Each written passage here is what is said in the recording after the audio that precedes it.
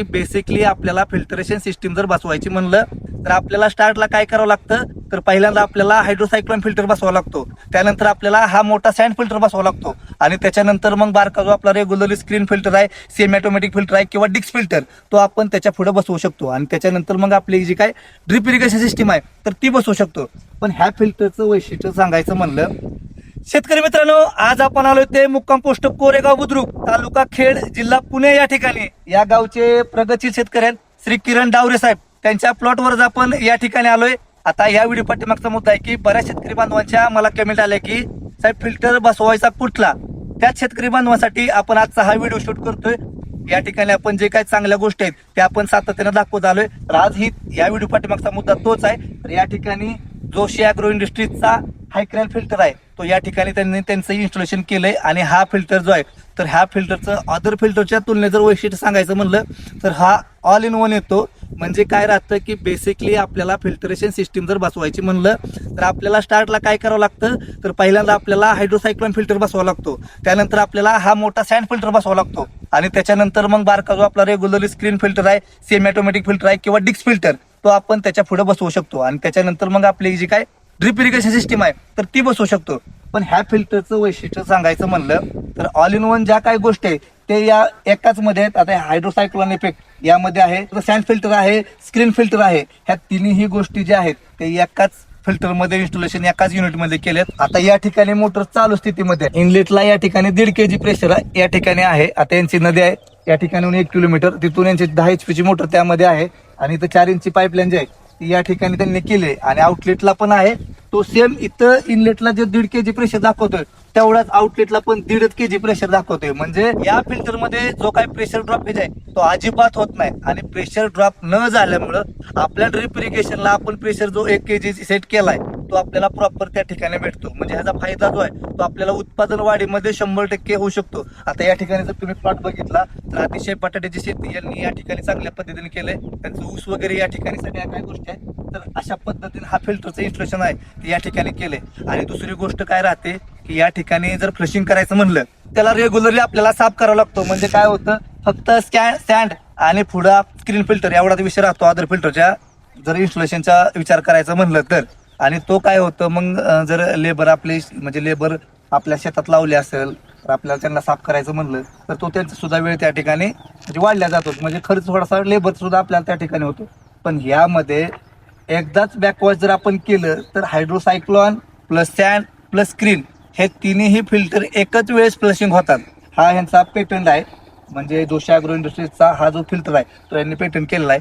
त्यामुळं हा जो फिल्टर आहे तो जोशी अॅग्रो इंडस्ट्रीज यांनी अत्यंत उपयुक्तपणे या ठिकाणी म्हणजे शेतकऱ्यांच्या जी काही गरजा लक्षात घेऊन या ठिकाणी बनवलाय. आता ह्या फिल्टरचं म्हणलं तर 10 मीटर क्यूब पासून ते 100 मीटर क्यूब पर्यंत फिल्टरचं प्रोडक्शन जे आहे ते जोशी अॅग्रो इंडस्ट्रीज यांनी तयार केलं आहे. म्हणजे 5 इंची इनलेट आणि आउटलेट, मग त्याच्यावर तुम्ही 20 HP ची मोटर सुद्धा एकाच टायमिंगला म्हणजे डायरेक्टली तुम्ही बसवू शकता. तर अशा पद्धतीने फिल्टरचं प्रोडक्शन आहे ते जोशी अॅग्रो इंडस्ट्रीज यांनी तयार केलेले आहे. नदीच्या पाण्यावर जर डायरेक्टली फिल्टर बसवायचं म्हणलं तर काय होतं, ते पाणी असतं खराब. डायरेक्टली आपण काय करू शकत नाही की डायरेक्ट फिल्टरला बसवू शकत नाही. त्यामुळे होतं काय तर लॉंग डिस्टन्स असते पाईपलाईन. अजून एक मुद्दा काय होतं, एरवी जे आहे ते दुसऱ्या फिल्टरला काय होतं, नदीचं जे डायरेक्ट पाणी आहे, आता या ठिकाणी त्यांची 1 किलोमीटर पाईपलाईन आहे आणि 1 किलोमीटर नदी आहे. तिथून पाईपलाईन या ठिकाणी 4 इंच आली, 10 HP ची मोटर आहे. आणि आता ह्या फिल्टरला काय केलंय, डायरेक्टली जी इनलेट आहे ती दिली. इथं कुठेही शेततळं वगैरे काय नाही आणि डायरेक्ट आउटलेट जे अशा पद्धतीने दिली. पण काय होतं, बऱ्याच ठिकाणी काय करावं लागतं, ते नदीचं पाणी आणावं लागतं. ते आपल्याला स्टोर शेततळ्यात किंवा विहिरीत वगैरे कुठेतरी करावं लागतं आणि तिथून उचलावं लागतं. ते कशामुळं, तर ते काय होतं, डायरेक्टली जर आपण दुसऱ्या कुठल्या अदर फिल्टरला जर जोडलं तर नदीचं पाणी असल्यामुळं जे काही ड्रॉपेजचं प्रॉब्लेम आहे ते जास्त प्रमाणात होतं. म्हणजे फिल्टर जो आहे तो लगेच चोकअप होतो थोडक्यात. आणि त्याच्यामुळं काय होतं, पुढं जी पाणी जे आहे ती चालत नाही. त्यामुळं तुमचं प्रेशर ड्रॉप जर झालं तर त्यामुळे ती पुढं काय पाणी व्यवस्थितरित्या जात नाही. आणि त्याच्यामुळं जे काय आपण उत्पन्न काय आपण घेणार आहे त्याच्यामध्ये त्याचा जो काय तोटा आहे तो आपल्याला सहन करावा लागतो. आणि दुसरी गोष्ट, ह्या फिल्टरला डायरेक्टली आपण या ठिकाणी जी काय मोटर आपण जोडली नदीवरची आलेली, त्यामुळं शेततळ्याचा तुमचा खर्च वाचला. किंवा दुसरी गोष्ट, कुठं विहिरीत टाकायचं होतं ते वाचलं.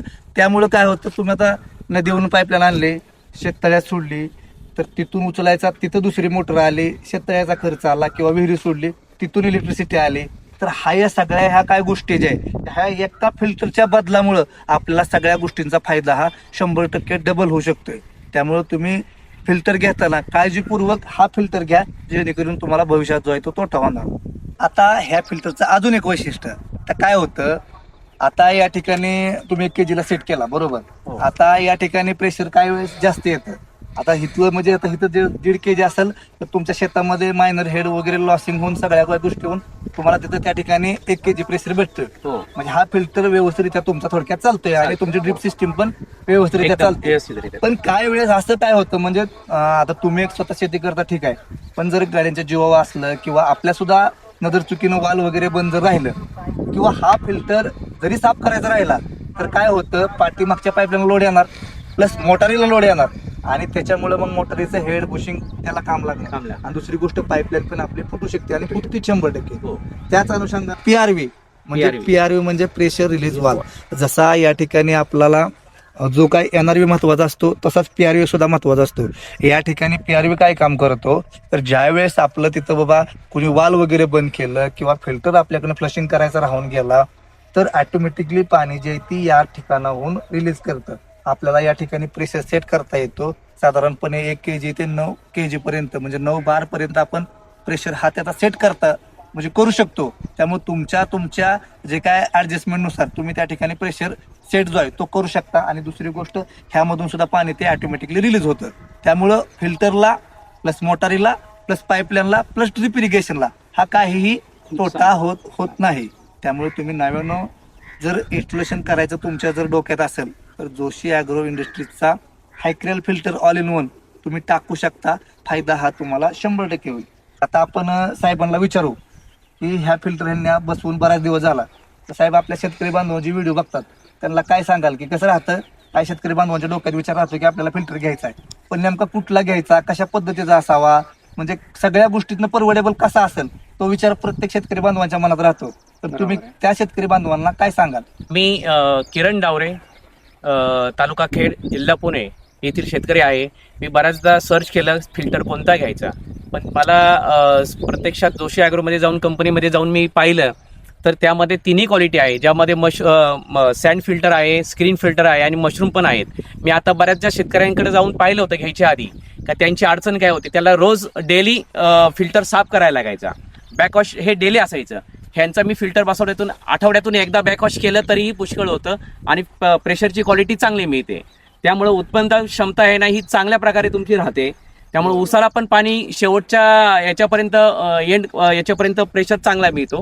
ही समस्या बऱ्याचशा शेतकऱ्यांची होती. त्यामुळे मी हा निवडताना जोशी ॲग्रोचा फिल्टर आपण निवडलेला आहे.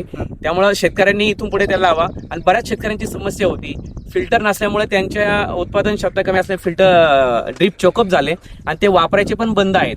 बऱ्याच शेतकऱ्यांची ती अवस्था पाहिलेली मी, फिल्टर फेकून दिलेले आहेत त्यांनी. त्यामुळे ह्या फिल्टर नक्कीच बेस्ट आहे आणि शेतकऱ्यांनी तो लावावा, त्यात काही शंका नाही. साहेब मला एक सांगा की ह्याच्या अगोदर तुम्ही कुठला फिल्टर बसवला होता का आणि त्याला काय म्हणजे प्रॉब्लेम काय होतो?